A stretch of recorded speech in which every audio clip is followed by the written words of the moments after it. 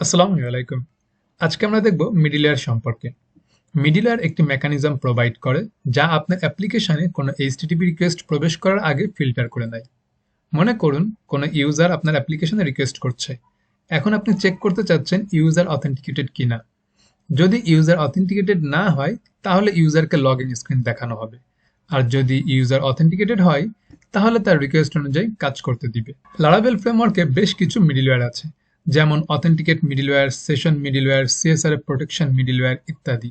মিডলওয়্যারগুলো located থাকে middleware ডিরেক্টরিতে, যেমন অ্যাপের মধ্যে এইচটিটিপির মধ্যে মিডলওয়্যার। এইখানে আমাদের মিডলওয়্যারগুলো সব লোকেটেড থাকে। মিডলওয়্যারগুলো তৈরি করা হয় পিএইচপি আর্টিসান মেক মিডলওয়্যার কমান্ডের মাধ্যমে। তারপরে মিডলওয়্যারের নাম লিখতে হয়। আমি এখানে একটি মিডলওয়্যার তৈরি করে নিচ্ছি এবং মিডলওয়্যারের নাম দিচ্ছি চেক ইউজার টাইপ। তারপর এন্টার বাটন প্রেস করলাম। এন্টার বাটন প্রেস করার পরে আমার এখানে মিডলওয়্যার ফোল্ডারের ভিতরে আমার একটি ফাইল তৈরি হয়ে যাবে এবং এই ফাইলটার নাম হচ্ছে চেক ইউজার টাইপ। এমন একটা ফাইল চেক ইউজার টাইপ মিডলওয়্যারের ভিতরে প্রবেশ করলে আমি এরকম একটি ইন্টারফেস দেখতে পাচ্ছি। এখন আমরা হ্যান্ডেলের ভিতরে কোড লিখব। এখানে আমার একটি রাউট লেখা আছে, রাউটের নাম হচ্ছে প্রোডাক্ট লিস্ট। আমি এই প্রোডাক্ট লিস্টে আমি এখন হিট করব। তো এখানে দেখতে চাচ্ছি এই এপিআইতে হিট করতে পারবে শুধুমাত্র তারাই যাদের ইউজার টাইপ, মানে আমার যদি আমি ডেটাবেসে যাই তাহলে ডেটাবেসে আমি দেখতে পাচ্ছি আমার ইউজার টেবিলের ভিতরে ইউজার টাইপ আইডি আছে। এখানে শুধুমাত্র সেই ইউজাররা যাদের ইউজার টাইপ আইডি 3 আছে তারাই হচ্ছে যে প্রোডাক্ট লিস্ট এখানে এই রাউটে অ্যাক্সেস করতে পারবে। তো এটার জন্য আমি এখানে লিখে নিলাম যে একটা ইফ কন্ডিশন লিখলাম, ইফ তারপরে কন্ডিশন লিখলাম অথ ইউজার টাইপ আইডি ইকুয়াল যদি 3 হয় তাহলে সে নেক্সট রিকোয়েস্টে নেক্সট রেসপন্সের ভিতরে যেতে পারবে। আর যদি সে এই টাইপ আইডি যদি 3 না হয় তাহলে এখানে আমি রিটার্ন করে দেব ফরম্যাট রেসপন্সের ভিতরে আমি হচ্ছে ইরর পাঠাবো যে আমার এখানে একটা ইরর হচ্ছে এবং ইরর কোড হচ্ছে 400। তারপরে এখানে ইরর মেসেজ দিলাম আনঅথরাইজড। তারপরে এখানে ডেটা পাঠাতে হবে, ডেটা আমি নাল পাঠালাম।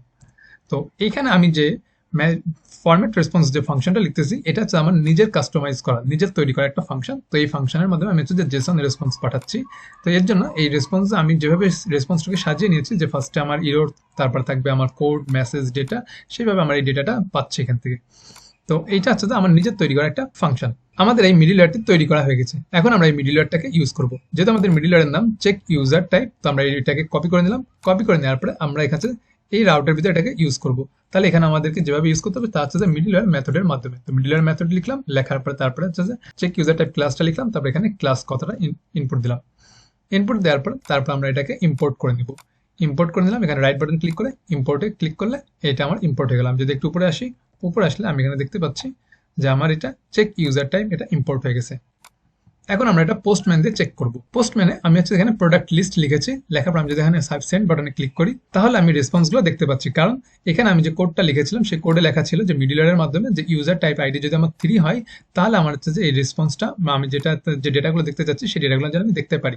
এখন যদি আমার এই ইউজার টাইপ আইডি যদি আমার 3 না হয়, যদি আমি এখানে ডেটাবেস থেকে যদি আমি এখানে আইডিটাকে চেঞ্জ করে দিই 2 লিখে দিই, যদি আমি ইন্টার বাটন প্রেস করলাম, ইন্টার বাটন প্রেস করার পর এখন যদি আমি এখান থেকে সেন্ড বাটনে ক্লিক করি তাহলে আমি এখানে ইরর মেসেজ দেখতে পাচ্ছি যে এখানে অন লেখা দেখাচ্ছে এবং আনঅথরাইজড কথাটা লেখা দেখাচ্ছে।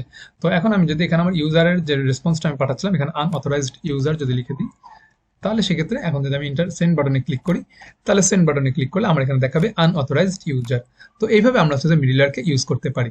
এছাড়া মিডলওয়্যারকে আমরা অন্যভাবে ইউজ করতে পারি। সেক্ষেত্রে আমরা হচ্ছে যে আমাদের কার্নেলের ভিতরে যদি আমরা এই মিডলওয়্যারটাকে উল্লেখ করে দিই, যেমন হচ্ছে যে আমাদের অ্যাপ এইচটিটিপির ভিতরে আমাদের কার্নেল আছে, কার্নেল ফাইলের ভিতরে আমি হচ্ছে এখানে এলিয়াস এর ভিতরে লিখে দিতে পারি।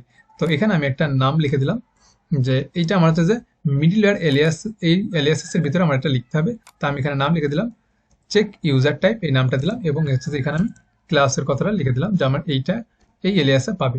তারপর আমি এটাকে ইম্পোর্ট করে নিলাম। এখানে ইম্পোর্ট করে নিলে আমি এখানে দেখতে পাচ্ছি যে আমার এটা ইম্পোর্ট হয়ে গেছে।